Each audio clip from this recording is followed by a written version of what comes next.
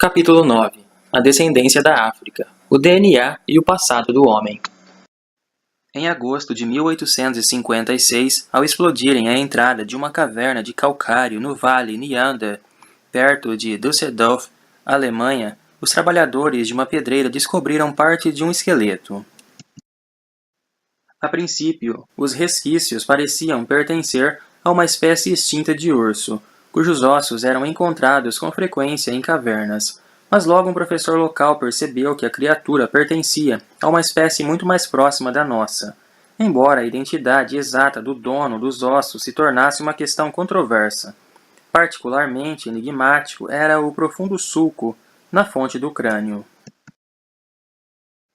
Um dos palpites mais bizarros foi que os ossos pertenceriam a um cavaleiro cossaco que se ferira durante as guerras napoleônicas e se arrastara até a caverna para morrer. Ainda segundo essa teoria excêntrica, a dor crônica por alguma condição pré-existente produzira um rego permanente na fronte do pobre homem, deformando os ossos cranianos com um sulco característico. Em 1863, enfim, no meio do debate sobre as origens humanas provocado pela publicação, 4 anos antes de A Origem das Espécies de Darwin, o dono original dos ossos recebeu um nome: Homo neanderthalensis. Os ossos pertenciam a uma espécie distinta do Homo sapiens, mas semelhante a esta. Embora os ossos alemães tenham sido os primeiros oficialmente designados como neandertais, outros encontrados antes na Bélgica e em Gibraltar foram mais tarde identificados como pertencentes à mesma espécie. Passado mais de um século, muitos outros espécimes do H. neanderthalensis foram desenterrados e hoje se acredita que os neandertais residiram na Europa, Oriente Médio e partes do norte da África até cerca de 30 mil anos atrás. O paleontólogo francês Marcellin Boule foi o grande responsável pela imagem popular dos neandertais como boçais e desajeitados. Sua reconstituição, porém, que usou material de um sítio arqueológico francês em La Chapelle-Luçon, baseou-se num único indivíduo que, hoje se sabe, era idoso e artrítico. Na realidade, o cérebro dos neandertais é ligeiramente maior que o nosso e tem um formato diferente, devido ao crânio mais achatado. Indícios em seus cemitérios sugerem que eles tinham sofisticação cultural suficiente para conceber ritos fúnebres e até possível que acreditassem numa vida após a morte. No entanto, o principal ponto de discórdia acerca dos neandertais não diz respeito à inteligência, mas ao seu parentesco conosco. Será que descendemos deles? A paleontologia sugere que os seres humanos modernos chegaram à Europa mais ou menos na mesma época em que os últimos neandertais desapareciam. Os dois grupos chegaram a se acasalar ou os neandertais foram simplesmente eliminados? Como esses eventos ocorreram no passado longínquo e as evidências remanescentes são fragmentárias, pouco mais do que alguns ossos aqui e ali, tais discussões podem se arrastar infindavelmente, mantendo os paleontólogos e antropólogos acadêmicos entretidos para sempre.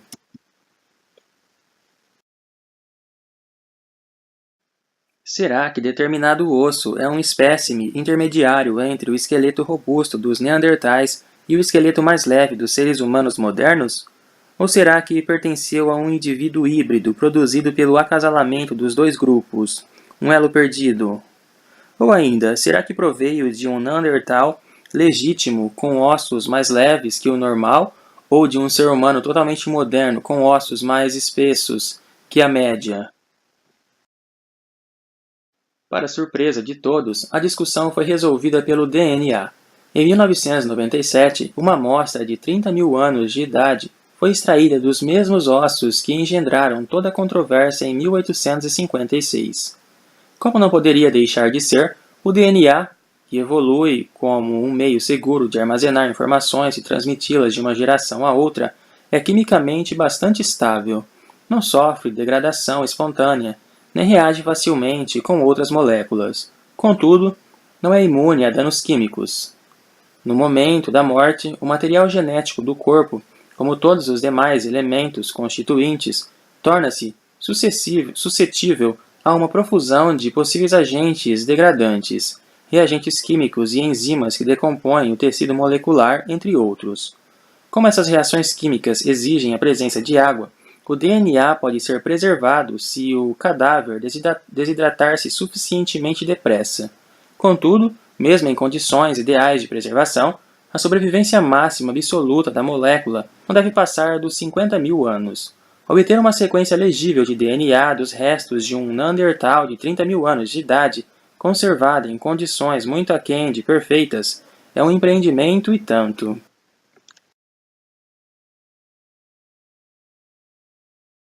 Mas Svante Pääbo, um sueco alto e lacônico da Universidade de Munique, não se deixou intimidar. Se havia alguém capaz de ter sucesso, era ele. Pääbo foi o pioneiro das pesquisas sobre recuperação de DNA antigo. Obteve sequências das múmias egípcias, de mamutes congelados e do Homem do Gelo, de 5.000 anos conhecido como Coetzee, encontrado numa geleira derretida dos Alpes em 1991. A despeito desse currículo impressionante, a perspectiva de perfurar uma preciosa relíquia Neandertal em busca de um pouco de DNA intacto, sem garantia alguma de que isso seria possível, chegava a intimidar. Um colega de Paabo, o arqueólogo Ralph Smits, relembra: era como pedir permissão para fazer um corte na Mona Lisa. Matthias Krings, um orientador de Paab, ficou encarregado do projeto. A princípio mostrou-se pessimista, mas as análises iniciais para avaliar o estado de preservação dos ossos foram favoráveis, e ele sentiu-se encorajado a ir em frente. A procura de DNA variável concentrou-se não no núcleo das células, como seria de esperar, mas nas mitocôndrias, pequenos corpúsculos espalhados fora do núcleo e que produzem a energia da célula.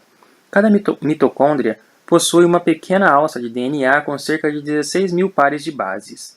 Como há entre 500 e 1.000 mitocôndrias em cada célula, mas apenas 2 cópias do genoma propriamente dito no núcleo, Krings sabia que era muito mais provável que aqueles ossos neandertais em decomposição contivessem sequências mitocondriais intactas do que sequências nucleares intactas. Além disso, como o DNA mitocondrial já se tornara o feijão com arroz dos estudos sobre a evolução humana, Krings não careceria de sequências humanas modernas para estabelecer comparações. Uma das principais preocupações de Krings e Paab era a contaminação. No passado, diversos supostos bons resultados em sequenciamento de DNA antigo haviam se revelado incorretos quando se descobria que a sequência provinha de uma fonte moderna que contaminara a amostra. Dia a dia, todos nós descartamos uma enorme quantidade de células epidérmicas mortas, espargindo descontroladamente o nosso DNA no meio ambiente. A reação em cadeia da polimerase, com a qual Krings pretendia amplificar o trecho de DNA-MT que esperava encontrar, é tão sensível que pode atuar sobre uma única molécula, amplificando todo e qualquer DNA, seja a fonte antiga ou a ainda viva.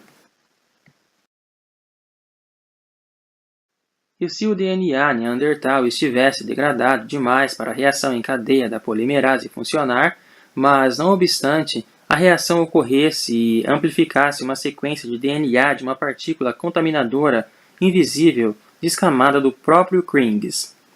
Nesse caso, precisaria explicar como ele e o Neandertal compartilhavam a mesma sequência de DNA-MT, algo que dificilmente agradaria a seu superior, e menos ainda a seus pais. Para se prevenirem contra tal possibilidade, Krings e Paab conseguiram que um laboratório distinto, o de Mark Stoneking, na Universidade Estadual da Pensilvânia, reproduzisse o estudo. Poderia também haver contaminação lá, mas dificilmente com o DNA de Krings, localizado a um continente de distância. Por outro lado, se ambos os laboratórios obtivessem o mesmo resultado com a amostra, seria razoável supor que havia encontrado uma sequência neandertal insuspeita.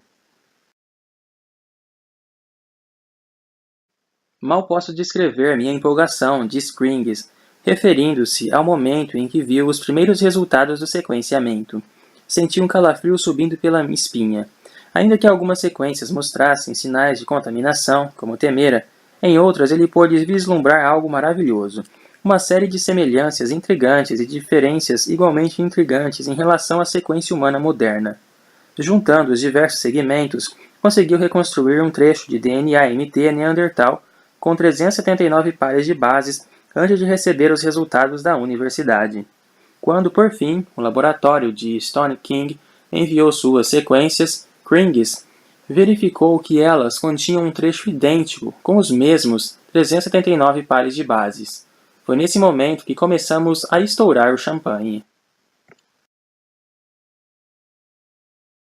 A sequência Neandertal tinha mais em comum com sequências de DNA-MT humano moderno do que com sequências de chimpanzés, indicando que os Neandertais eram inquestionavelmente parte da linhagem evolutiva humana. Ao mesmo tempo, porém, havia diferenças radicais entre as sequências Neandertais e as 986 sequências disponíveis de DNA-MT humano moderno, com as quais Krings comparou sua amostra. Além disso, mesmo a mais similar dessas 986 sequências ainda diferia da sequência Neandertal em pelo menos 20 pares de bases, ou 5%. Mais tarde, foram sequenciados dois outros Neandertais, um encontrado no sudoeste da Rússia e outro na Croácia. As sequências, conforme esperado, não eram idênticas à original, embora contássemos com variações entre indivíduos neandertais, assim como há variações entre seres humanos modernos, mas eram semelhantes. A totalidade das evidências genéticas disponíveis nos leva a concluir que, embora os neandertais tenham o seu lugar na árvore evolutiva dos seres humanos e aparentados, o ramo neandertal está bem distante da ramificação humana moderna.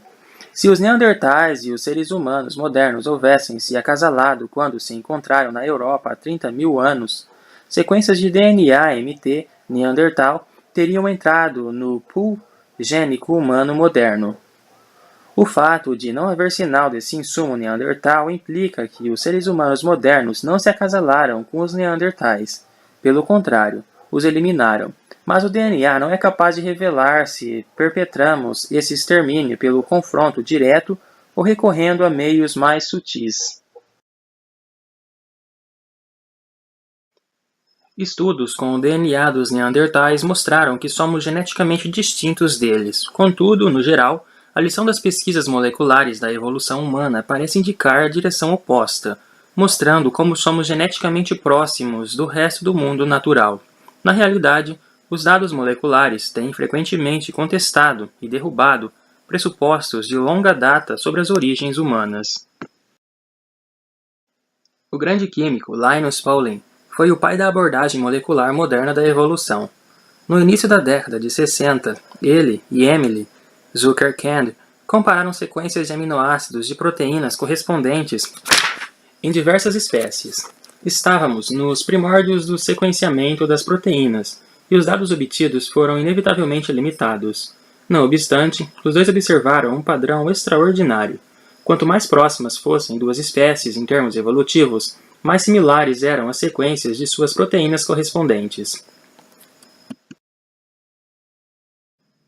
Por exemplo, ao compararem uma certa cadeia proteica das moléculas de hemoglobina dos seres humanos e dos chimpanzés, Pauling e Zuckerkand notaram que, do total de 141 aminoácidos, apenas um era diferente, ao passo que as versões humana e equina diferem em 18 aminoácidos. Esses dados refletem o fato de os cavalos terem se separado evolutivamente dos seres humanos há mais tempo que os chimpanzés. Hoje, desencavar a história evolutiva soterrada em moléculas biológicas tornou-se prática comum. Na época, porém, a ideia era inédita e controversa. A abordagem molecular do estudo da evolução depende da correlação de duas variáveis: o tempo de separação de duas espécies ou populações e o grau de divergência molecular entre ambas. A lógica por trás desse relógio molecular é simples. Para ilustrá-la, imaginemos o casamento entre dois pares de gêmeos idênticos. um de 2 fêmeas univitelinas, outro de 2 machos univitelinos. Cada mulher se casa com um dos homens, e os 2 casais são colocados em ilhas desabitadas. Do ponto de vista genético, as populações das 2 ilhas são indistinguíveis no início. Agora deixemos esses casais e seus descendentes a sós por alguns milhões de anos. No final desse período, terão ocorrido algumas mutações na população de uma das ilhas, que não ocorreram na população da outra, e vice-versa. Como a ocorrência de mutações é um fenômeno raro, e como os genomas individuais, por serem grandes, oferecem uma quantidade enorme de possíveis sítios onde essas mutações podem ocorrer, é inconcebível que após milhões de anos as 2 populações possuam o mesmo conjunto de mutações. Portanto, ao sequenciarmos o DNA dos descendentes de cada casal original, encontraremos muitas diferenças acumuladas entre os 2 genomas outrora idênticos. Dizemos que as populações divergiram geneticamente. Quanto maior o tempo de separação, maior a divergência. Mas como fazer com que esse relógio molecular marque a hora certa, por assim dizer? Dito de outra maneira, como medir a divergência genética existente entre, digamos, nós e o resto do mundo natural? No final dos anos 60, muito antes do advento do sequenciamento do DNA, Alan Wilson, um extravagante neozelandês da Universidade da Califórnia, em Berkeley, e seu colega Vince Sherrick começaram a aplicar a lógica de Pauling e Zuckerkand aos seres humanos e seus parentes mais próximos, numa época em que o sequenciamento de proteínas ainda era algo exasperadoramente intricado e laborioso. Wilson e Sherrick encontraram um atalho bastante inventivo. A intensidade de uma reação imunológica a uma proteína estranha indica como ela é estranha. Se for relativamente similar à proteína do próprio corpo, a reação imunológica é relativamente branda, mas se for muito diferente, a reação é proporcionalmente mais forte. Wilson e Sherrick compararam a intensidade das reações tomando uma proteína de uma espécie e medindo as reações imunológicas que ela provocava em outra espécie. Com isso, obtiveram um índice de divergência molecular entre as 2 espécies. Porém, para introduzir uma dimensão temporal nesse relógio molecular, precisavam antes calibrá-lo. Evidências fósseis permitem deduzir que os macacos do Novo Mundo e do Velho Mundo, os 2 principais grupos de primatas, se separaram de um antepassado comum há cerca de 30 milhões de anos. Assim, Wilson e Sherrick determinaram a distância imunológica entre os macacos do Novo Mundo e do Velho Mundo, como sendo equivalente a uma separação de 30 milhões de anos. Segundo esse parâmetro, como ficavam os seres humanos em relação aos seus parentes evolutivos mais próximos, os chimpanzés e gorilas?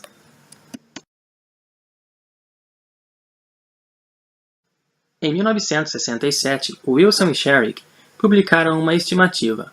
A linhagem humana teria se separado da linhagem dos grandes macacos há cerca de 5 milhões de anos. A afirmação provocou um grande alvoroço, pois nos círculos paleoantropológicos pressupunha-se que essa divergência teria ocorrido há cerca de 25 milhões de anos. Segundo a sabedoria convencional, entre os seres humanos e macacos havia claramente uma diferença muito maior do que 5 milhões de anos. Para muitos, isso bastava para declarar não só que o novo método genético da equipe de Berkeley era pouco confiável, mas também que os geneticistas deveriam se ater às suas moscas das frutas e deixar os seres humanos para os antropólogos. Wilson e Sherrick, porém, sobreviveram à tempestade, e pesquisas subsequentes mostraram que sua datação da cisão homem-macaco era notavelmente precisa.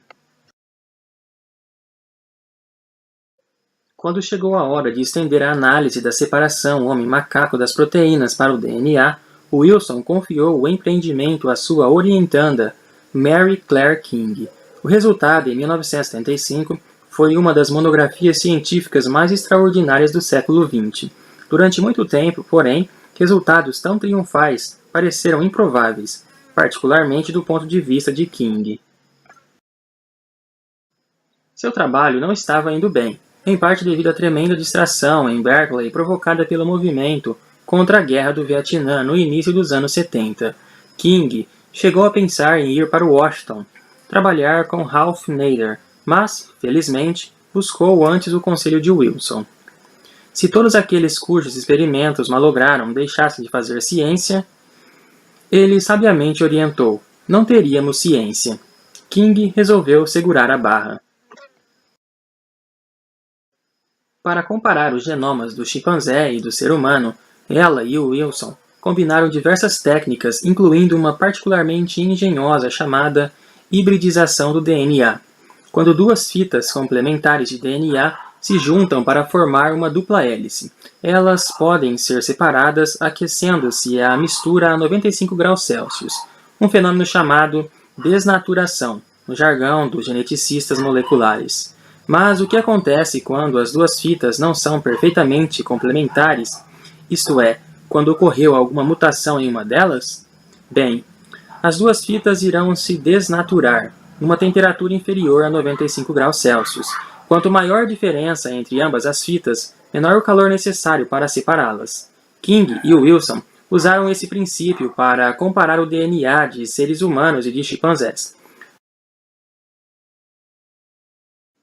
Quanto mais próximas fossem as sequências das duas espécies, mais o ponto de desnaturação tenderia aos 95 graus Celsius de fitas idênticas. A semelhança das sequências foi realmente surpreendente. King conseguiu inferir que as sequências de DNA dos seres humanos e dos chimpanzés diferem em apenas 1%. Na realidade, os seres humanos têm mais em comum com os chimpanzés do que estes têm em comum com os gorilas, pois os genomas destes últimos diferem em cerca de 3%. Tão impressionante foi esse resultado que King e Wilson se sentiram compelidos a apresentar uma explicação para a aparente discrepância entre a taxa de evolução genética lenta e o ritmo de evolução anatômica e comportamental acelerado. Como alterações genéticas tão ínfimas poderiam explicar as enormes diferenças que constatamos entre um chimpanzé no zoológico e a espécie que o observa do outro lado da grade? Os dois cientistas sugeriram que a maior parte das mudanças evolutivas havia ocorrido nos pedaços de DNA que controlam o ligar e desligar dos genes. Desse modo, pequenas alterações gênicas poderiam ter grandes efeitos, modificando, por exemplo, o momento da expressão de um gene. Em outras palavras, a natureza pode criar duas criaturas de aparência bastante dessemelhante, organizando os mesmos genes para atuarem de maneira diferente. O laboratório de Wilson, em Berkeley, lançou uma outra bomba, ainda maior que a primeira, em 1987. Estudando os padrões das variações entre sequências de DNA, ele e sua colega Rebecca Ken decifraram a árvore genealógica da nossa espécie inteira, um dos pouquíssimos feitos científicos a merecer uma capa da revista Newsweek. Como Krings faria uma década depois ao analisar os Neandertais, Ken e Wilson recorreram ao DNA mitocondrial. Havia vários motivos para essa escolha, mas, como sempre, os de ordem prática foram os mais importantes. Nessa época, quando a reação em cadeia da polimerase ainda não se tornara uma tecnologia cotidiana de pesquisas, obter uma quantidade suficiente de DNA para investigar determinado gene ou região podia ser uma tarefa bastante árdua, e o estudo de Ken e Wilson exigia que se analisasse não uma, mas 147 amostras. Eles, portanto, precisavam desesperadamente de todo e qualquer DNA que pudessem encontrar. Uma amostra de tecido humano é riquíssimo em DNA mitocondrial, quando comparado com o DNA cromossômico encontrado nos núcleos das células. Mesmo assim, Ken e Wilson precisariam de muito tecido se pretendessem extrair até mesmo DNA-MT em quantidade suficiente. A solução encontrada? Placentas. Estas costumam ser descartadas após o parto pelos hospitais e são uma rica fonte de DNA-MT. Tudo o que Ken e Wilson tinham de fazer era persuadir 147 gestantes a doarem a placenta de seus bebês para a ciência, ou melhor, 146, pois Mary Claire King estava mais do que disposta a oferecer a placenta da sua filha. Eles sabiam que, reconstruir a família humana da maneira mais completa possível exigiria tecidos da gama de doadores mais geneticamente diversa que pudessem achar. Aqui o famoso Melting Pot, cadinho de raças dos Estados Unidos, mostrou ser uma nítida vantagem. Eles não teriam, por exemplo, de viajar até a África para obter DNA africano, já que a escravidão trouxera os genes africanos até nossas praias, embora continuassem dependendo de colaboradores na Nova Guiné e na Austrália para encontrar mulheres aborígenes, pouco representadas no pool gênico americano, dispostas a participar. Herdamos o DNA-MT de nossas mães.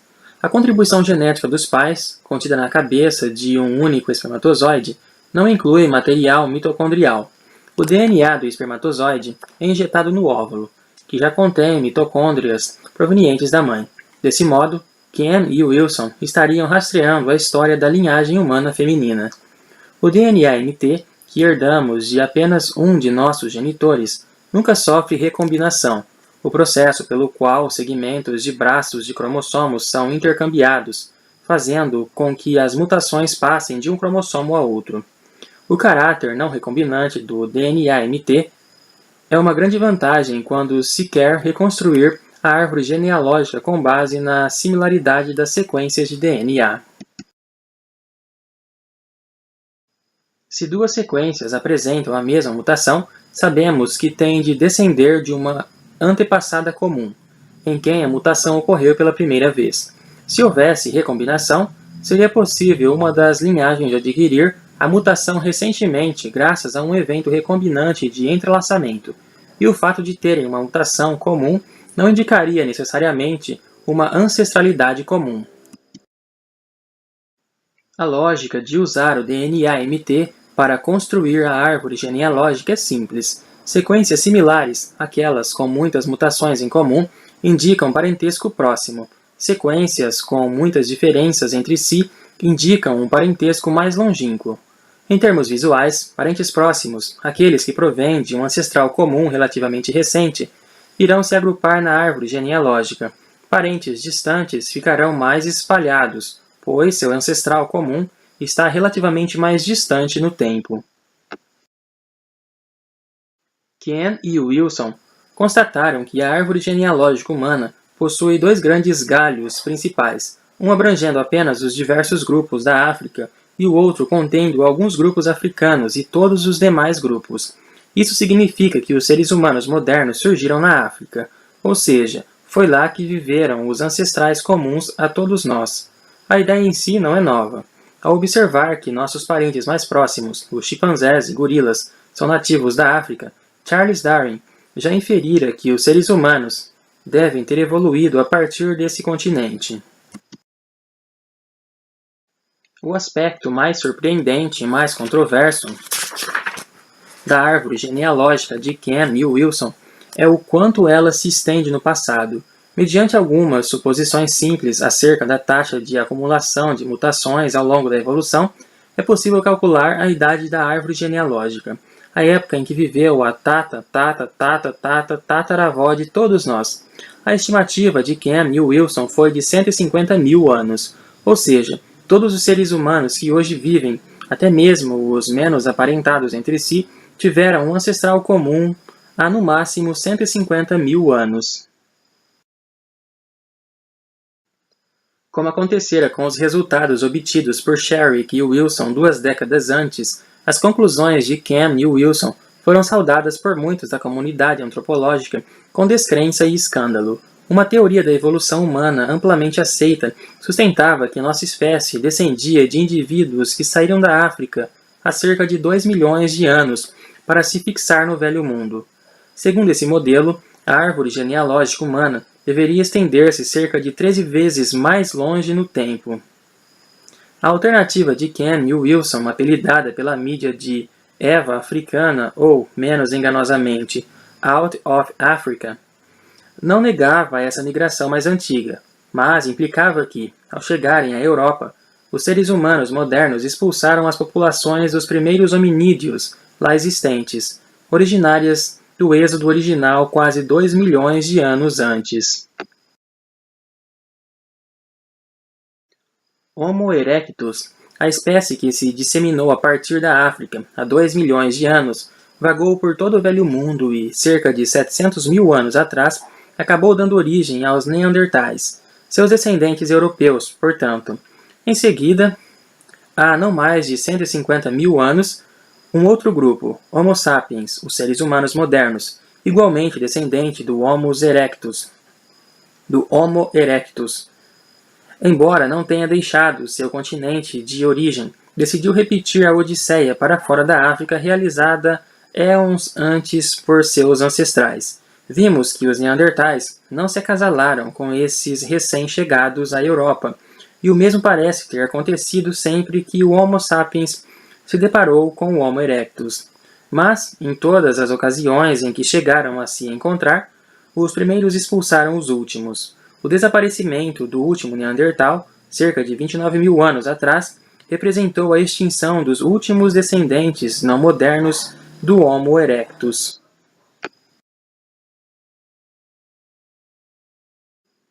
Ken e Wilson e seus colegas haviam modificado fundamentalmente o modo de compreendermos o nosso passado humano. Pesquisas subsequentes confirmaram a tese de Ken e Wilson, uma grande parte das quais proveio do laboratório de Luigi Luca Cavalli-Sforza, em Stanford. Cavalli-Sforza, um pioneiro na aplicação de abordagens genéticas a problemas antropológicos, nasceu em uma eminente família de Milão e sempre foi fascinado por microscópios. Em 1938, matriculou-se como um precoce estudante de medicina de 16 anos na Universidade de Pávia. Acabou sendo uma escolha muito feliz. Gosta de observar. A alternativa teria sido servir ao exército de Mussolini. Quando o conheci em 1951, Cavalli-Sforza ainda era um geneticista bacteriano promissor e ambicioso. Mas, um comentário casual de um pós-graduando o inspiraria a afastar-se da genética das bactérias e mergulhar na genética dos seres humanos. Esse aluno, um ex-seminarista, mencionara que a Igreja Católica preservava registros detalhados dos casamentos dos 3 últimos séculos. Percebendo que esses registros ofereciam possibilidades inauditas de pesquisa, Cavalli-Sforza passou a se dedicar cada vez mais à genética humana. Ele é, com certeza, um dos únicos geneticistas humanos que pode legitimamente afirmar que encontrou sua vocação através da Igreja.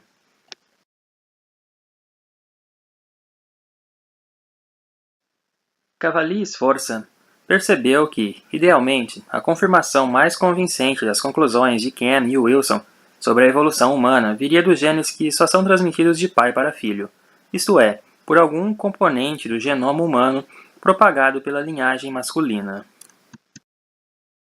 Se fosse possível chegar às mesmas conclusões estudando a linhagem masculina, ou seja, seguindo o caminho patrilinear, não a trajetória matrilinear adotada por Ken e Wilson ao analisarem o DNA-MT, teríamos certeza de uma confirmação verdadeiramente independente. O componente específico dos machos em um genoma é, sem dúvida, o cromossomo Y. Por definição, quem possui o cromossomo Y é macho. Vale lembrar que o cromossomo Y é herdado pelos homens de seus pais, cujos espermatozoides podem conter um X ou um Y. Ao se fundir com o óvulo, que sempre contém um cromossomo X, o espermatozoide determina o sexo do novo ser. Combinações XX geram mulheres, combinações XY, homens. Portanto, é no cromossomo Y que encontramos a chave da história genética masculina. Além disso, como a recombinação só ocorre entre cromossomos emparelhados, o uso do cromossomo Y permite-nos evitar a mais temida armadilha das análises evolutivas, a recombinação. Um cromossomo Y é sempre único, de modo que nunca existe um Y correspondente com o qual poderia permutar material. Numa monografia fascinante publicada em 2000, Peter Underhill, colega de Cavalli-Sforza, fez pelo cromossomo Y o que Ken e Wilson havia feito pelo DNA-MT. E os resultados foram extraordinariamente semelhantes. Mais uma vez, constatou-se que a árvore genealógica humana tinha raízes na África e, Mais uma vez, ela se mostrou notavelmente recente. Nossa árvore não é o sempiterno carvalho imaginado pelos antropólogos, e sim o singelo arbusto das análises de Ken e Wilson, com cerca de 150 mil anos de idade. A existência de dois conjuntos independentes de dados, ambos apresentando o mesmo quadro do passado humano, é irresistível. Quando apenas uma região é estudada, digamos o DNA-MT, os resultados, embora sugestivos, permanecem inconclusivos. O padrão encontrado para refletir apenas peculiaridades da história daquela região específica do DNA, não o impacto de algum grande evento histórico sobre a nossa espécie como um todo. O mais crucial, porém, é que o ponto para o qual uma árvore genealógica converge, ou seja, o ancestral comum mais recente de todas as sequências do estudo, o tataravô, avó de todos nós, não está necessariamente associado a nenhum evento específico da história humana, embora possa conotar a origem da nossa espécie ou algum outro episódio demográfico historicamente significativo, pode também implicar algo muito mais trivial do ponto de vista da história humana. Talvez nada mais do que o efeito da seleção natural sobre o DNA-MT do passado. Entretanto, se o mesmo padrão de mudanças puder ser observado em mais de uma região do genoma, tudo indica que, de fato, se encontrou a marca genética conclusiva de um evento importante do passado.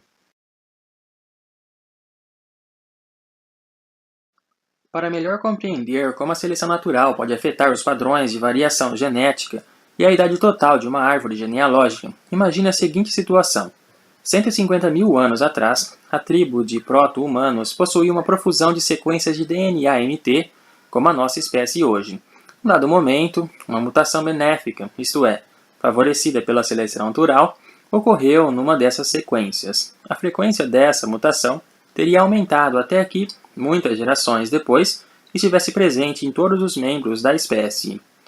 Como não ocorre recombinação nas mitocôndrias, ou seja, como não há intercâmbio entre os vários DNAs MTs, o processo seletivo afetaria a sequência inteira, em que a mutação favorecida surgiu pela primeira vez, de tal modo que todos os membros da espécie acabariam com a mesma sequência de DNA-MT. Assim, quando a seleção natural houvesse completado seu serviço e todos os indivíduos já estivessem dotados da mutação favorecida, não haveria variação genética no DNA-MT da espécie. Contudo, pouco a pouco, ao longo dos anos subsequentes, outras mutações ocorreriam e as variações voltariam a se acumular.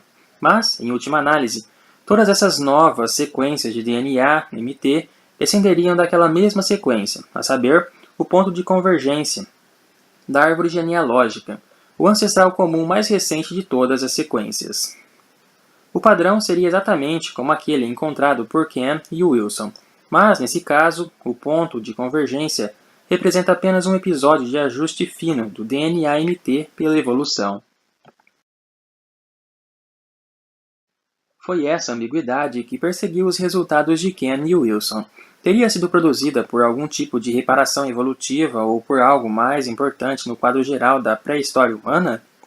Seja como for, quando Underhill observou um padrão similar para o cromossomo Y, essa ambiguidade desapareceu.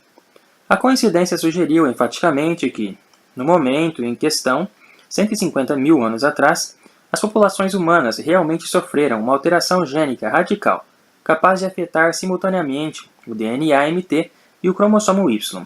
Esse fenômeno, que examinaremos em breve, é conhecido como gargalo genético. Como fatores demográficos podem afetar uma árvore genealógica? Toda genealogia é produto das idas e vindas das linhagens que a compõem ao longo do tempo. Algumas irão prosperar, outras se extinguir. Basta pensar nas questões dos sobrenomes. Suponha que há 1000 anos, em alguma ilha remota, todos os habitantes tivessem um de 3 sobrenomes possíveis: Smith, Brown e Watson. Suponha ainda que pequenos erros de transcrição, mutações, às vezes ocorressem quando o nome de um recém-nascido era registrado. Esses erros são raros e mínimos, de modo que é possível dizer de quais nomes originais as formas alteradas provieram. Brown é claramente uma mutação de Brown. Imagine agora, 1000 anos depois, que todos os habitantes da ilha se chamam Brown, Brown, Brown, Frown ou Brun. Smith e Watson desapareceram, enquanto a linhagem Brown prosperou, e diversificou-se por meio de mutações. O que aconteceu? O mero acaso levou à extinção das linhagens Smith e Watson. É possível, por exemplo, que vários senhores e senhoras Smith de uma geração só tivessem filhas. Suponha, como se faz tradicionalmente, embora não na convenção alternativa moderna, que os sobrenomes sejam transmitidos pela linhagem masculina. Uma safra recorde de filhas teria, pois, o efeito de reduzir a representação dos Smith na geração seguinte. Digamos agora que essa nova geração de Smith também tenha gerado um número desproporcional de filhas e que, portanto, o efeito demográfico foi reintensificado. É fácil perceber o quadro. Com o tempo, o nome Smith desaparecerá por completo. No nosso exemplo, o mesmo aconteceu com Watson.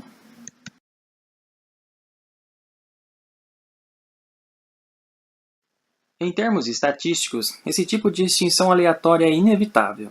Em geral, porém, ela ocorre tão lentamente que seu impacto só pode ser sentido após enormes períodos de tempo.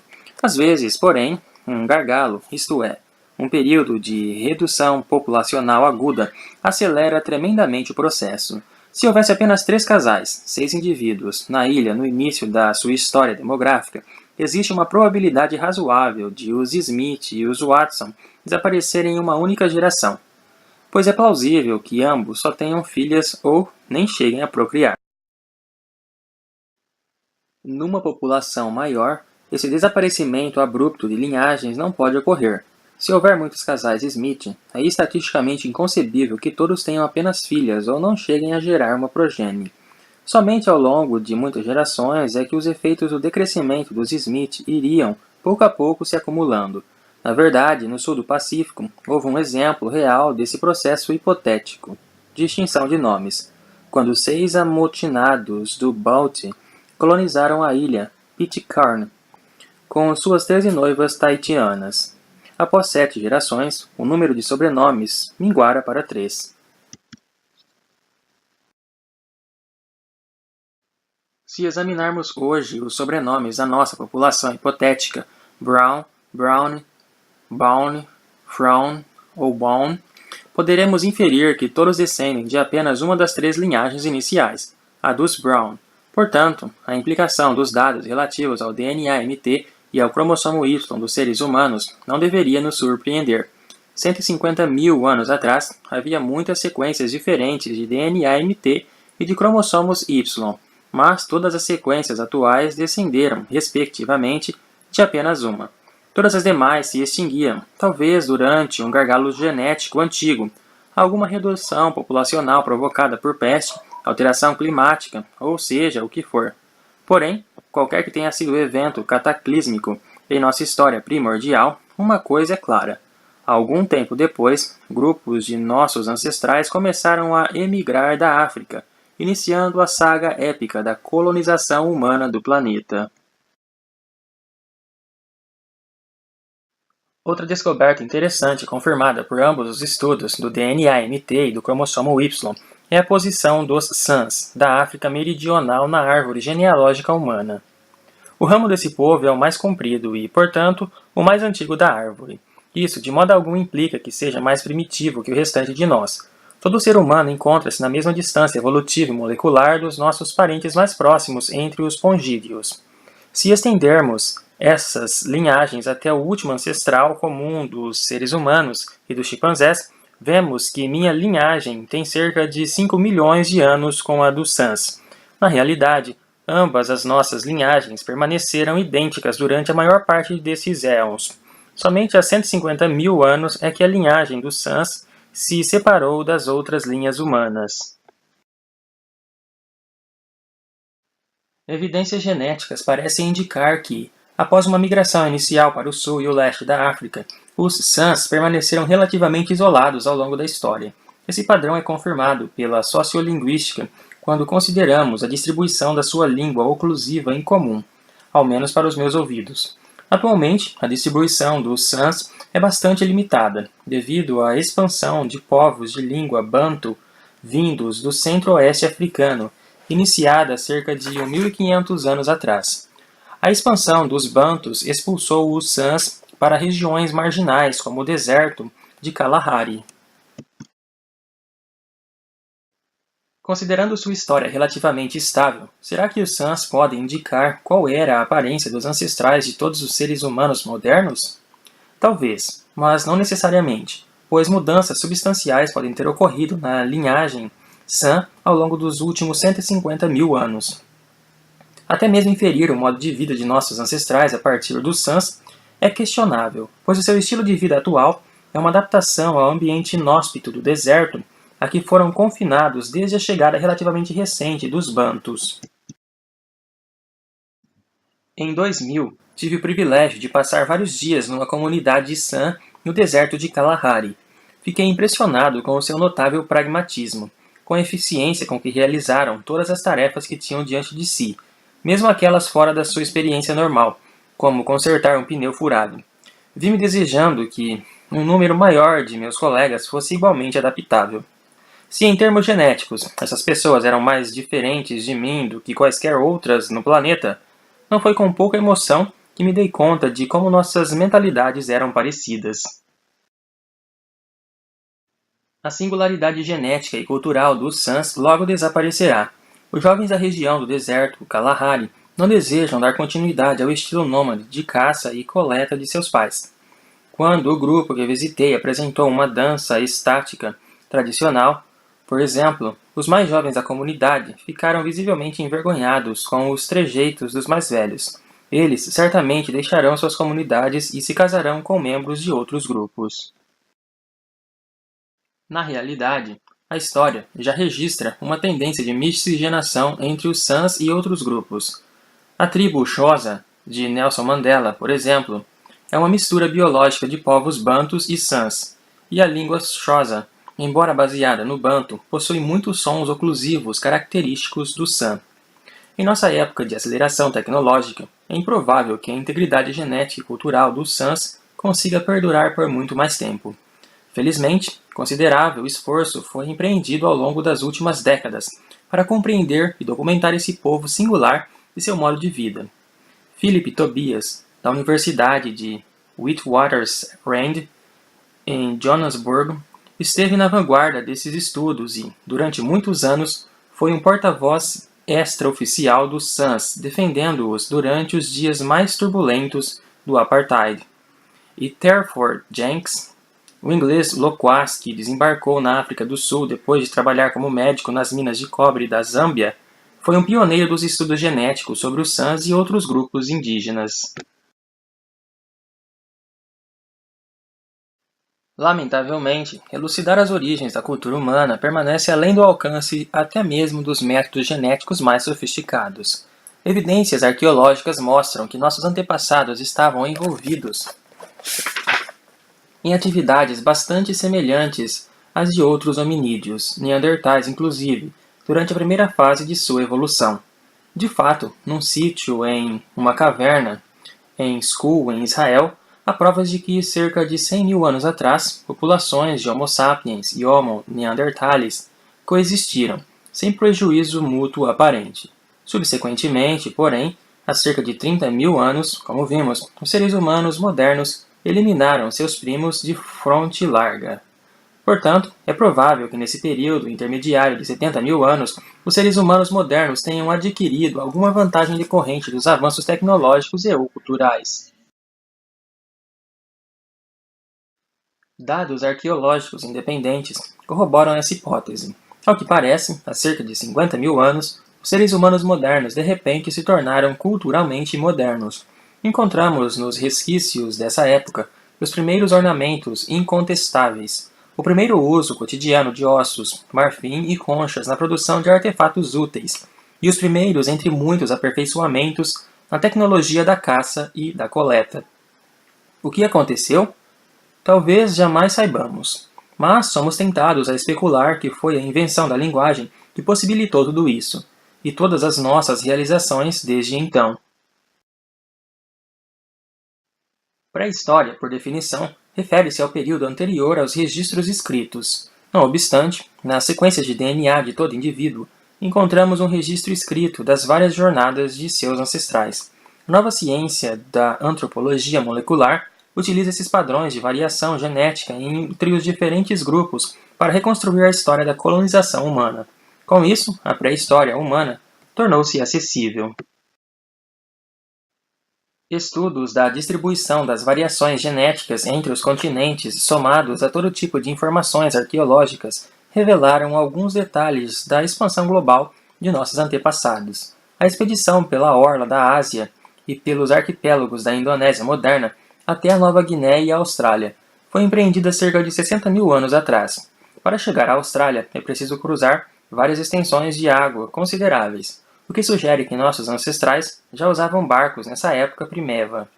Os seres humanos modernos chegaram à Europa por volta de 40 mil anos atrás e penetraram o norte da Ásia, incluindo o Japão cerca de 10 mil anos depois.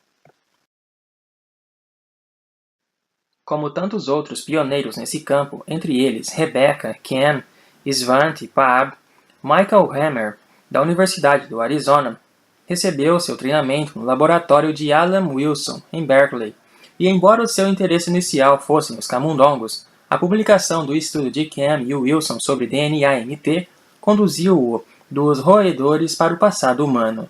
Ele foi dos primeiros a perceber que as informações sobre o cromossomo Y poderiam fornecer uma prova crucial para a hipótese genética de Ken e Wilson.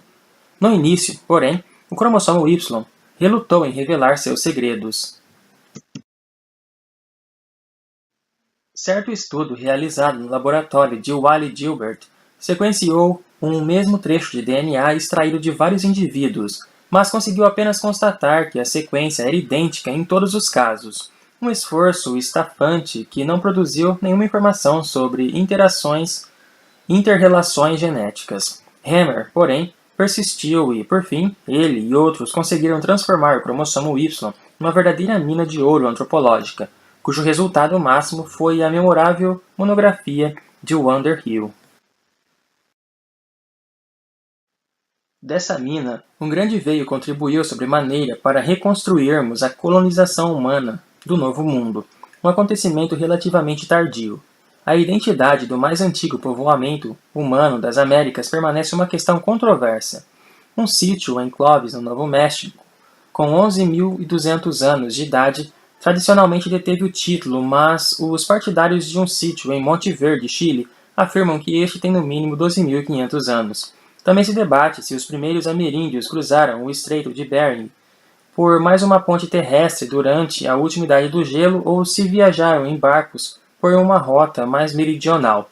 O que os dados genéticos deixam claro é que o grupo fundador era pequeno. Somente duas classes principais de sequências do cromossomo Y foram detectadas, de modo que parece ter havido apenas dois desembarques distintos, cada um envolvendo provavelmente uma única família.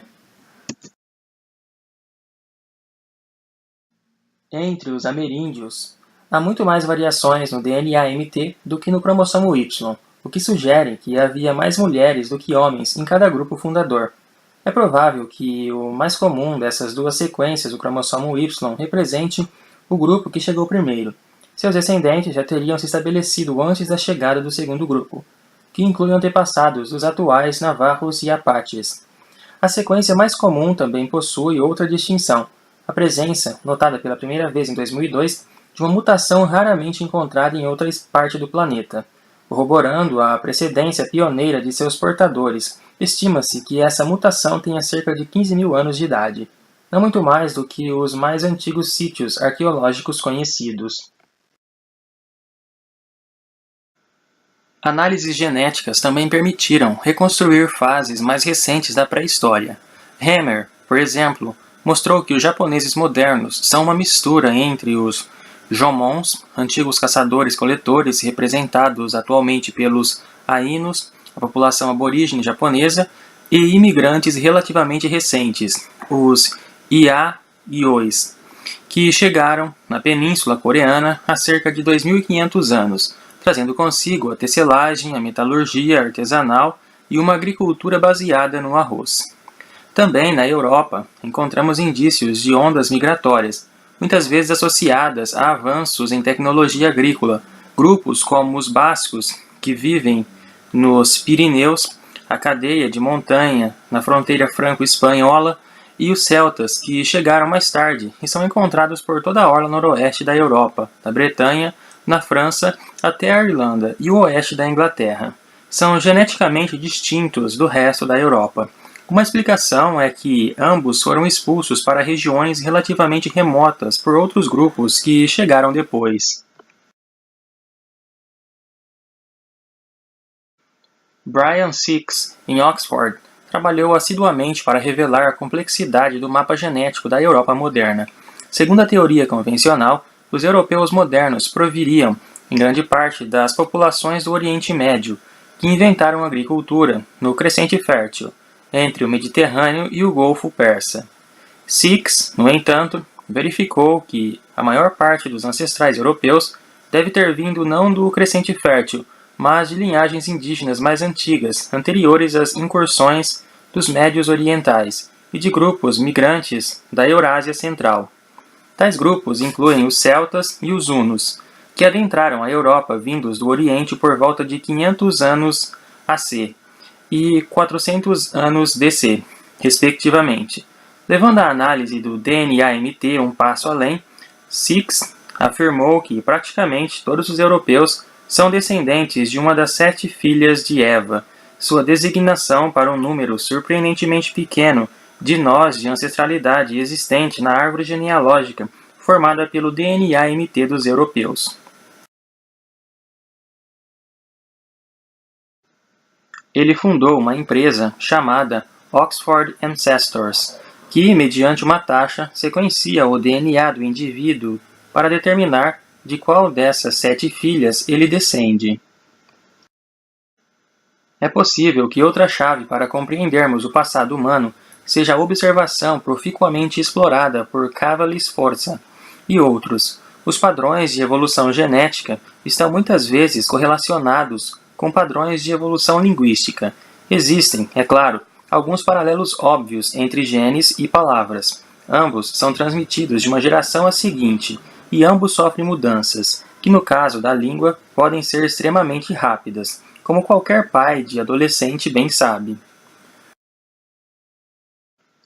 Do mesmo modo, o inglês dos Estados Unidos é semelhante ao inglês britânico, mas distinto deste, embora ambos só tenham evoluído separadamente há algumas centenas de anos. Com base em tais semelhanças e diferenças, a árvore genealógica das línguas pode ser reconstituída de maneira semelhante à árvore genealógica genética. Mais importante, porém, como o próprio Darwin foi o primeiro a prever, podemos identificar correspondências instrutivas entre as duas árvores, de tal modo que o que aprendemos sobre uma pode aprofundar nosso entendimento da outra. O caso dramático dos celtas e dos bascos é pertinente aqui.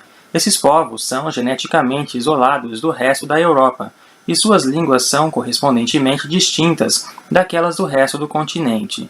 Quanto ao Novo Mundo, uma teoria linguística controvertida propõe que existem apenas 3 grandes grupos linguísticos nativos na América, 2 dos quais correlacionam-se com os 2 eventos migratórios discernidos nos dados sobre o cromossomo Y dos ameríndios.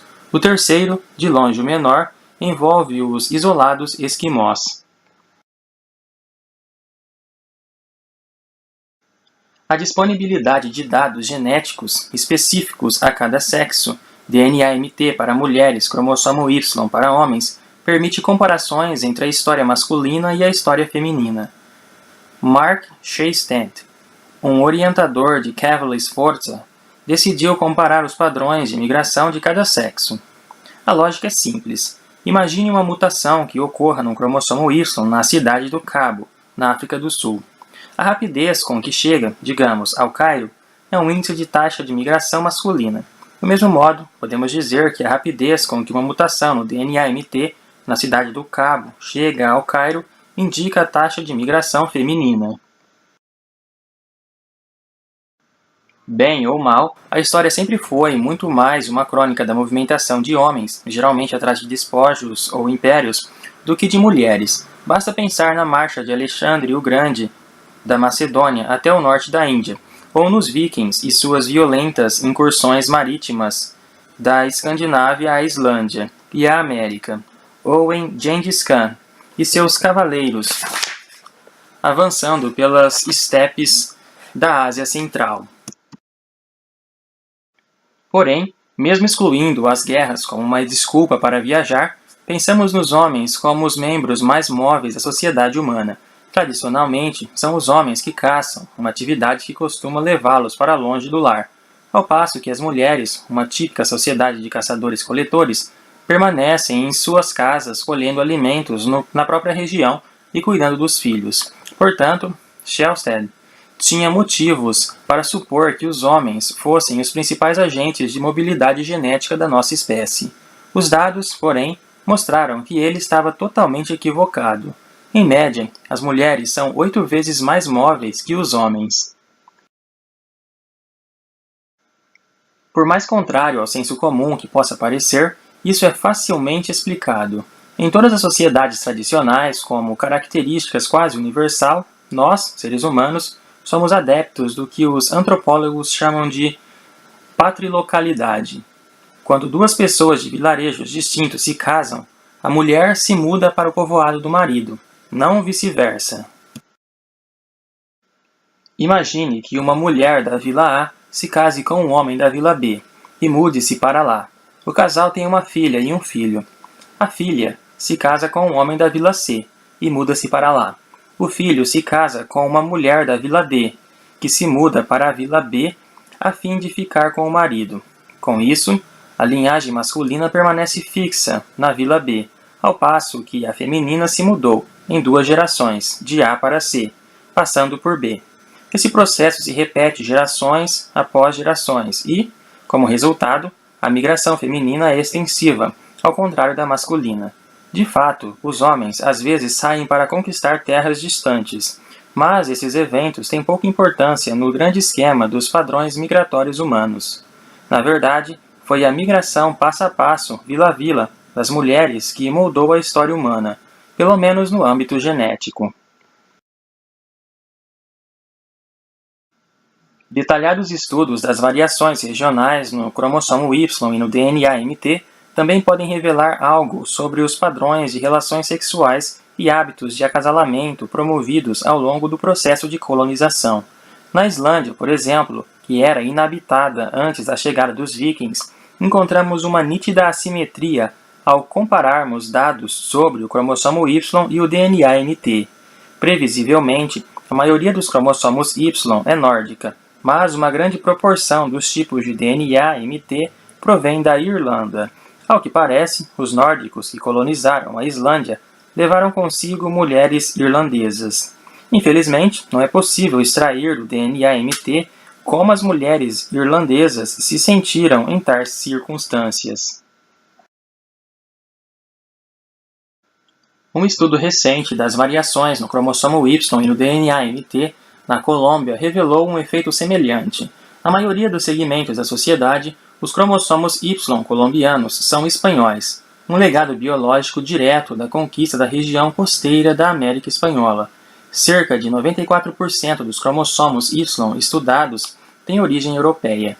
Curiosamente, porém, o padrão mitocondrial é bem variado. Os colombianos modernos possuem uma gama de tipos de DNA-MT ameríndio. A inferência é clara. Os invasores espanhóis, homens, tomaram mulheres locais como esposas.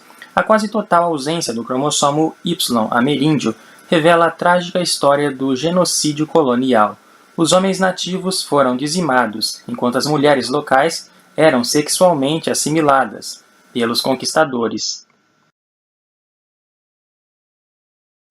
Às vezes, no entanto, assimetrias duradouras são mais uma questão de continuidade cultural do que de choque violento de culturas.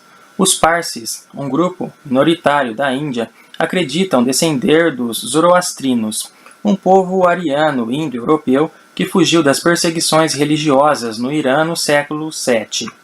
Análises genéticas de Parsis modernos mostram que, de fato, eles preservaram o cromossomo Y iraniano, mas que seu DNA-MT tende a ser do tipo indiano.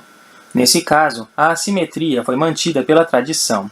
Para ser aceito como um verdadeiro Parsi zoroastriano, é preciso ter um pai Parsi zoroastriano. Desse modo, o direito de pertencer à comunidade Parsi é transmitido pelo pai junto com o cromossomo Y, e a genética confirma o jugo da tradição. A tradição também contribuiu para conformar os padrões de variações genéticas entre os judeus. Um estudo recente mostrou que os membros da casta sacerdotal, os Kohanim, e seus descendentes, hoje geralmente identificáveis pelo sobrenome Cohen, têm um cromossomo Y diferente, o bastante para distingui-los de todos os demais grupos. Mesmo entre os povos mais obscuros, aqueles lançados mais longe pela diáspora judia, como os Lembas da África do Sul, o cromossomo Y dos Kohen se preservou, à maneira de um texto religioso sagrado. Acredita-se que a origem desse cromossomo seja Arão, irmão de Moisés, que, segundo as escrituras, foi o fundador da casta dos Kohanim. Por certo, não é impossível que a sequência do cromossomo Y dos Kohanim tenham realmente pertencido a ele e tenha sido transmitida intacta de pai para filho, por todas as gerações desde então. Tais são os rigores da tradição no curso da história judaica.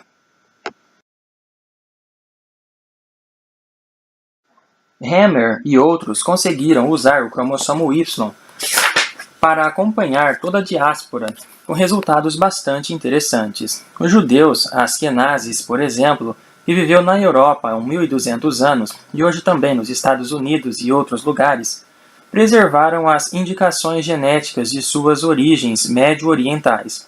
Na realidade, estudos moleculares deixaram claro que os judeus, ao menos geneticamente, são quase indistinguíveis de outros grupos do Oriente Médio, incluindo os palestinos. Isso também está escrito. Abraão, o grande patriarca, teria tido 2 filhos com mulheres diferentes, Isaac, de quem os judeus descendem, e Ismael, predecessor dos árabes. Que uma inimizade tão mortal tenha surgido entre os descendentes do mesmo homem é uma ironia, tanto mais amarga porque os genes parecem comprovar a narrativa da tradição. Uma simples caminhada por qualquer rua de Manhattan poderia sugerir que, geneticamente falando, nossa espécie é a mais variada do planeta. Na verdade, porém, o genoma humano é bem menos variado que o da maioria das outras espécies das quais dispomos de informações genéticas. Somente cerca de 1 em cada 1000 pares de bases humanos varia de indivíduo para indivíduo. Geneticamente, pois, somos todos 99,9% idênticos, uma variação mínima pelo padrão de outras espécies. Nas moscas das frutas, embora todas pareçam iguais para nós, o grau de variação é 10 vezes maior. Até os pinguins Adélia, esses ícones de mesmice com suas vastas colônias antárticas de indivíduos indistinguíveis, são 2 vezes mais variáveis que nós. Tampouco essa escassa variabilidade é encontrada em nossos parentes mais próximos. Os chimpanzés são cerca de 3 vezes mais variados que nós, os gorilas 2 vezes, os orangotangos 3,5 vezes. Com os resultados do DNA-NT e cromossomos Y familiares em mãos, fica fácil de perceber por que nós, humanos, somos tão parecidos. O nosso ancestral comum é muito recente. 150 mil anos é um piscar de olhos na evolução, tempo insuficiente para surgirem grandes variações por mutação. Outra constatação contrária ao senso comum sobre a variação humana, por menor que seja essa, é que, de um modo geral, não existe correlação alguma entre variação e raça. Antes de Ken e Wilson demonstrarem que a nossa espécie saiu há surpreendentemente pouco tempo da África, supunha-se que os diferentes grupos houvessem se mantido isolados uns dos outros em continentes diferentes por longos períodos de tempo, até 2 milhões de anos. Isso teria permitido um acúmulo de diferenças genéticas palpáveis, segundo o modelo de Pauling Zuckerkand. pelo qual o grau de divergência genética entre populações isoladas é uma função do tempo em que permanecerem isoladas. À luz da conclusão de Kem e Wilson de que todos nós compartilhamos um mesmo ancestral comum bem mais recente, fica claro que simplesmente não houve tempo para que populações geograficamente separadas divergissem de modo significativo. Assim, embora diferenças genéticas genéricas, como cor de pele, se manifestem em grupos, as diferenças genéticas específicas, as raças, tendem a ser bastante limitadas. Na verdade, a maior parte das nossas parcas variações está espalhada de maneira quase uniforme entre as diversas populações. As chances de encontrarmos uma determinada variante genética numa população africana e numa população europeia são iguais. Somos levados a inferir que grande parte da variação genética da nossa espécie surgiu na África, antes de termos deixado esse continente e, portanto, já estava presente nos grupos que partiram para colonizar o resto do mundo.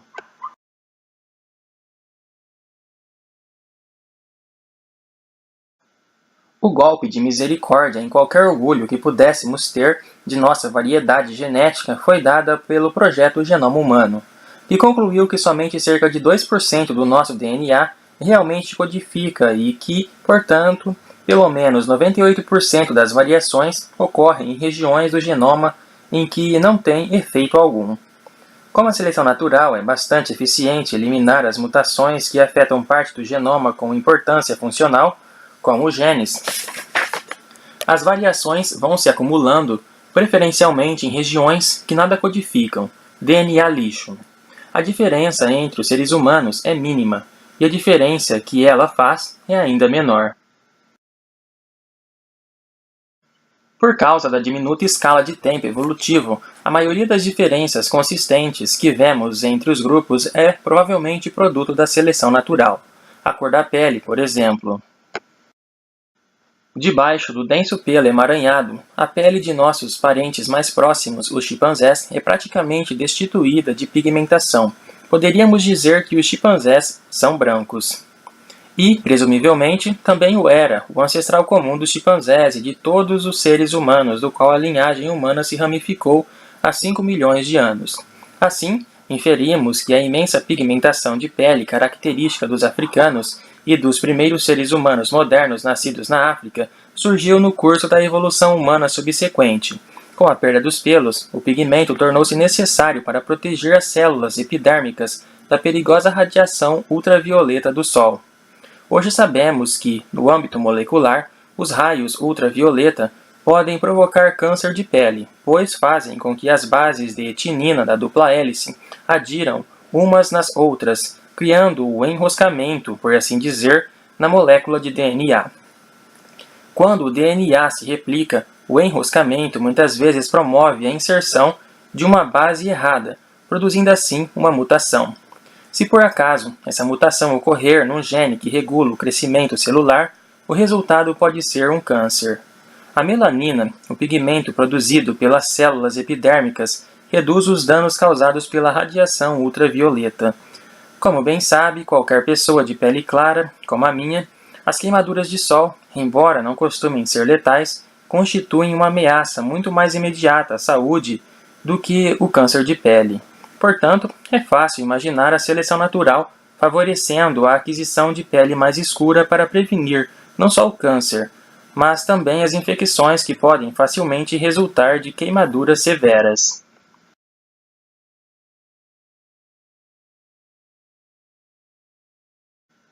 Por que os habitantes de latitudes mais elevadas perderam a melanina?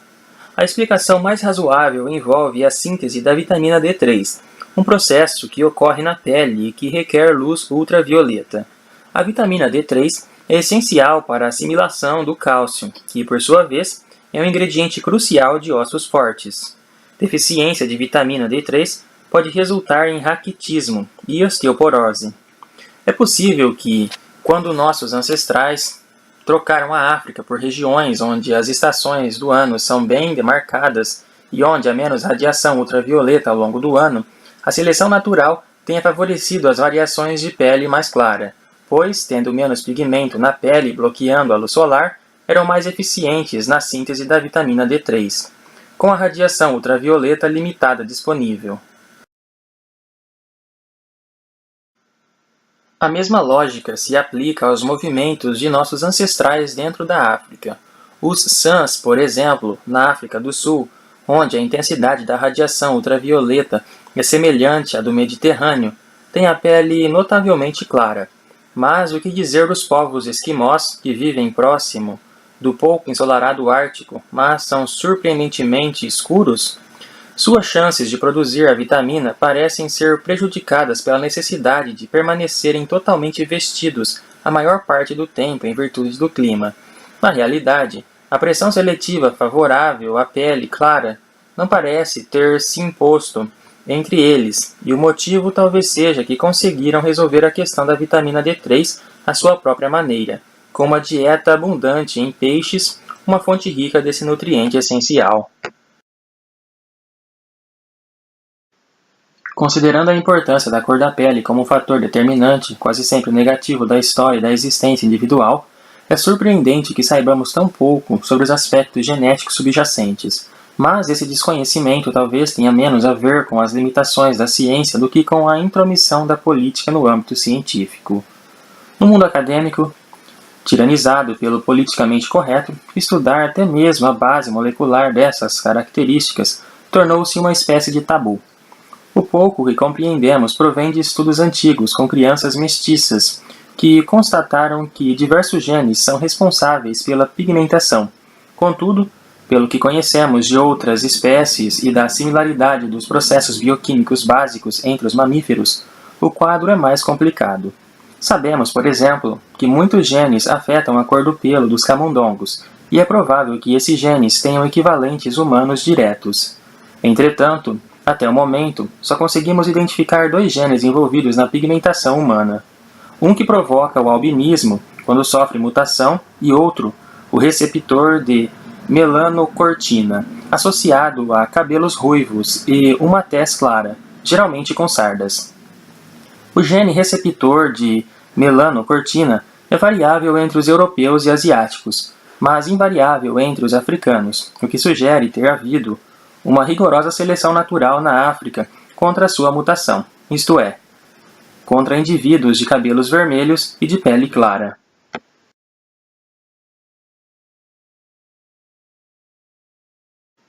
Às vezes, surgem albinos em populações africanas, mas, carecendo totalmente de pigmentação, sua extrema sensibilidade à luz solar lhes confere uma terrível desvantagem. Outro traço morfológico provavelmente determinado por seleção natural é o formato do corpo. Em climas quentes, em que a dissipação do calor corporal é prioritária, 2 tipos básicos se desenvolveram. A forma nilótica, representada pelos Maçais da África Oriental, é alta e esguia, maximizando a razão superfície-volume e facilitando assim a dissipação do calor. A forma pigmeia, por outro lado, embora ainda esbelta, é bastante baixa. Nesse caso, o extenuante estilo de vida dos caçadores-coletores selecionou o tamanho diminuto para minimizar a energia despendida em movimentação. Por que arrastar um corpanzil enquanto se busca comida? Em latitudes mais elevadas, por outro lado, a seleção favoreceu formas corpóreas que promovem a retenção do calor, com baixo coeficiente superfície-volume. Os neandertais do norte da Europa eram bem encorpados, e o mesmo acontece hoje com o habitante médio de alguns climas boreais. É de se presumir que certas variações no desempenho atlético entre um e outro grupo possam ser atribuídas a tais diferenças no formato do corpo. É mais do que evidente que para o salto em altura, por exemplo, um corpo nilótico de grande estatura está mais bem adaptado do que um corpo baixo e rechonchudo. Se existe um traço cuja distribuição entre as populações humanas é difícil de compreender, é a intolerância à lactose. O leite dos mamíferos, incluindo a variedade humana, é rico em açúcar chamado lactose, e os recém-nascidos de quase todas as espécies produzem uma enzima especial, a lactase, para decompô-lo no intestino. Porém, quando deixa de mamar no peito, a maioria dos mamíferos, seres humanos inclusive, ou pelo menos a maioria dos africanos, americanos, nativos e asiáticos, cessa de produzir lactase, de modo que os adultos não conseguem digerir a lactose. Intolerância à lactose significa que beber um copo de leite pode ter consequências desagradáveis, diarreia, flatulência e aumento do volume abdominal. Todavia, a maioria das pessoas de cor branca e membros de alguns outros grupos continuam a produzir lactase pelo resto da vida e, portanto, podem suportar uma dieta com laticínios. Uma explicação sugere que a intolerância à lactose se desenvolveu nos grupos mais dependentes de produtores lácteos ao longo da história. Mas essa teoria não chega a ser totalmente convincente, pois certos padrões desse traço não a confirmam. Existem, por exemplo, povos pastores na Ásia Central, queijo para todos, que são intolerantes à lactose. E, a despeito de pertencer a um grupo étnico que costuma ser tolerante à lactose, eu pessoalmente não a tolero. Se a seleção natural houvesse favorecido a tolerância num determinado grupo, por que teria deixado o serviço incompleto? O sinal que melhor corrobora a explicação padrão é a tolerância à lactose de grupos africanos tradicionalmente associados com a pecuária. Talvez jamais compreendamos plenamente a dimensão adaptativa desse traço, mas biólogos moleculares que estudavam uma população finlandesa identificaram recentemente a mutação responsável.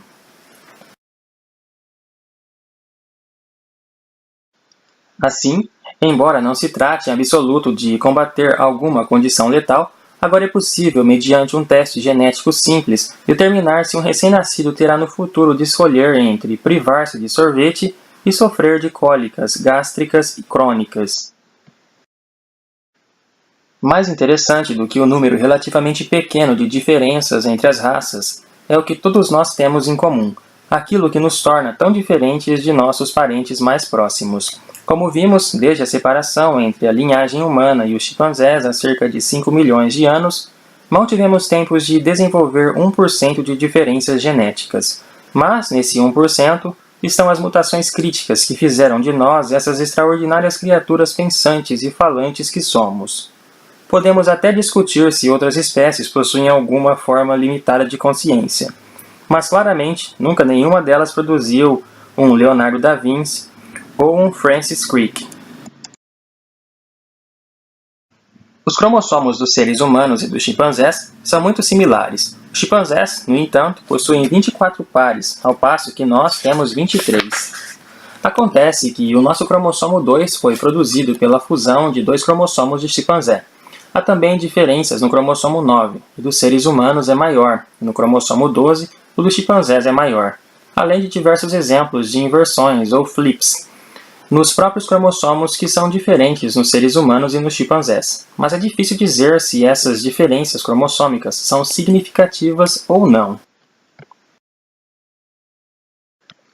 Os méritos relativos de cada espécie não são muito mais claros no âmbito bioquímico, onde até mesmo só conseguimos discernir 2 diferenças entre os seres humanos e os chimpanzés. Primeira diferença: em ambas as espécies, uma molécula de açúcar chamada ácido siálico está presente na parte exterior de todas as células. Porém, enquanto a molécula é sutilmente modificada nos chimpanzés pela ação de uma enzima, nos seres humanos, o gene que codifica essa enzima sempre sofre mutações. Nenhuma enzima é produzida e o ácido siálico na superfície das células humanas não se modifica. Não fazemos a menor ideia se isso é importante ou não. A segunda assimetria, descoberta em 2002 pela equipe de Svante Pääbo, é mais sugestiva. Uma diferença no FOXP2, um gene que está de algum modo ligado à linguagem humana. Como foi constatado que mutações na versão humana desse gene causam problemas linguísticos, a mídia equivocadamente designou o FOXP2 como gene da gramática. Em uma cadeia com 715 aminoácidos, apenas 2 alterações distinguem os seres humanos dos chimpanzés e gorilas, cujas proteínas FOXP2 são idênticas. Na realidade, esses aminoácidos são idênticos em todos os mamíferos testados, exceto nos seres humanos. Além disso, análises estatísticas do padrão das variações do DNA no gene e nas proximidades sugerem que a seleção natural pode ter atuado para formar essa proteína ao longo da evolução humana. Portanto, é tentador, mas prematuro, sugerir que o FOXP2 seja o equivalente evolutivo de uma prova dos 9, um vislumbre de uma etapa crucial na origem da linguagem.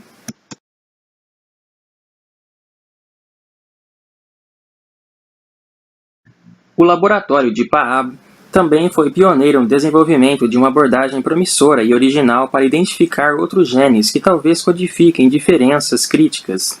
Usando microplacas de DNA, que determinam quais genes estão ativados em determinado tecido, Paab comparou padrões de expressão gênica, ou seja, quais os genes ativados em seres humanos, chimpanzés e primatas do gênero macaca em 3 tecidos diferentes: glóbulos brancos, fígado e cérebro. Como seria de esperar, de acordo com seu parentesco, os seres humanos e os chimpanzés estão bem próximos em relação às células sanguíneas e ao fígado. Já o padrão de expressão gênica no cérebro é outra história. O cérebro humano é muito diferente do cérebro dos chimpanzés e de outros símios. Talvez isso não deva surpreender.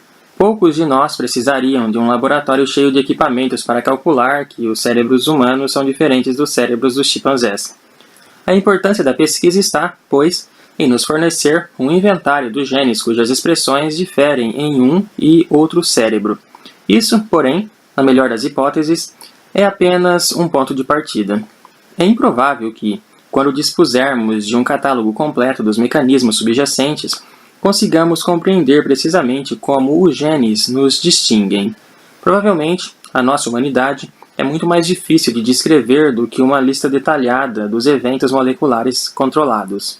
Mas a busca de nossos alicerces genéticos parece agora dispor ao menos de uma lista de suspeitos. No momento em que escrevo, o projeto do genoma dos chimpanzés começa a tomar fôlego. Quando estiver terminado, terá revelado o DNA que constitui aquele 1% de diferença identificado por King e Wilson. Meu prognóstico é que sua conclusão será confirmada. As diferenças cruciais não estão nos genes em si, mas no modo como são orientados. Desconfio que os seres humanos são nada mais do que grandes macacos com alguns comutadores genéticos únicos e muito especiais. A missão mais grandiosa da biologia molecular é, por certo, responder a perguntas acerca de nós mesmos e de nossas origens como espécie, mas o espírito humano anseia conhecer sua história pessoal tanto quanto a dos seus ancestrais, e o DNA também é capaz de nos fornecer um relato mais individualizado de ancestralidade. Em certo sentido, escrita em minhas moléculas de DNA, encontra-se a história da minha linhagem evolutiva, uma narrativa que pode ser interpretada em diversos níveis. Posso situar a sequência do meu DNA-MT na árvore genealógica humana de Ken e Wilson, ou posso examinar em mais detalhe o passado conhecido da minha família. Meu cromossomo Y e meu DNA-MT contarão histórias diferentes, o lado de minha mãe e o lado de meu pai. Nunca me interessei por genealogia, mas minha família, como muitas outras, suspeito, tem seu próprio arquivo genealógico ambulante na pessoa de tia Betty, que dedicou a vida a ruminar o parentesco de todos com todos. Foi ela quem descobriu que os Watson, uma família das terras baixas da Escócia, despontaram pela primeira vez em terras americanas em 1795, em Camden, Nova Jersey. E foi ela quem insistiu que algum antepassado paterno meu projetou a casa de Abraham Lincoln, em Springfield, Illinois. Eu, porém, sempre me interessei mais pelo meu lado irlandês, a família da minha avó materna. Os avós de minha mãe deixaram a Irlanda durante a Grande Fome de 1845-46, provocada pelo fracasso da safra de batatas.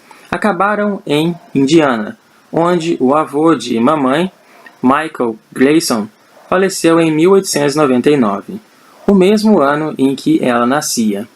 Em seu túmulo está escrito que ele viera de uma cidade na Irlanda chamada Grey. Numa visita que fiz à Irlanda, tentei descobrir mais sobre meu bisavô no cartório de registros do condado de Tipperary, cuja sede em Ninnig a 30 quilômetros de Limerick, havia sido outrora uma prisão. Meu trabalho de detetive foi um fracasso abissal. Como não encontrei nenhuma menção a Gley, só pude concluir que o nome escrito na lápide de meu ancestral, provavelmente analfabeto, era fantasioso. E assim findou meu único contato pessoal com pesquisas genealógicas, até recentemente. Agora que a estrutura da árvore genealógica humana foi estabelecida por Cam e outros, estou ansioso para descobrir onde me encaixo. Empresas como Oxford Ancestors, de Brian Six, representam a nova era das pesquisas genealógicas, em que laboratórios de alta tecnologia substituíram os arquivos empoeirados. Com uma amostra do meu DNA, a Oxford realizou análises do DNA-MT e do cromossomo Y. Infelizmente, os testes nada revelaram de romântico, heróico ou exótico. Como eu temia, sou de fato produto de uma estirpe escócio-irlandesa basicamente comum. Não posso sequer atribuir minhas facetas mais rudes a antigas incursões vikings na minha linha ancestral.